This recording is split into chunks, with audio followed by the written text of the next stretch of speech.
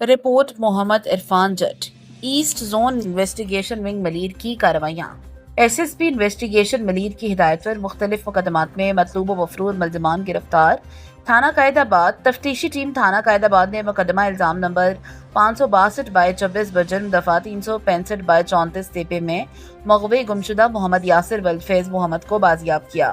دوسری کارروائی میں تفتیشی ٹیم تھانہ قائد آباد نے مقدمہ ملوث ملزم محمد فہیم ولد محمد ظفر کو گرفتار کیا۔